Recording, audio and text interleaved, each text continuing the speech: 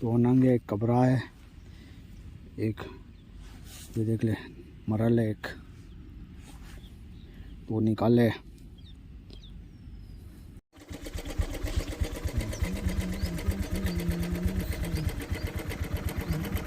बड़े दिनों के बाद आज फिशिंग के लिए आए हैं एक बार फिर। देखते हैं, ये स्पॉट है पीछे, खेलते हैं, कुछ होगा तो दिखाएंगे। बने रहें वीडियो में और लाइक करके जाएं, ठीक है साथियों।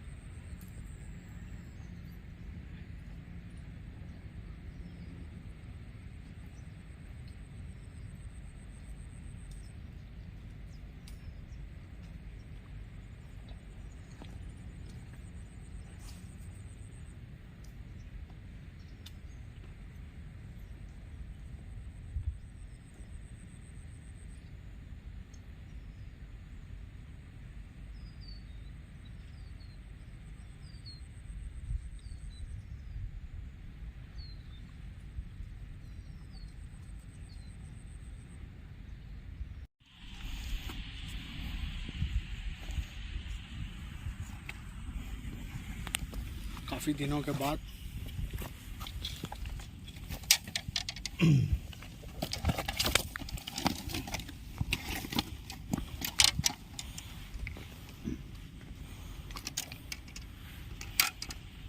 माशाल्लाह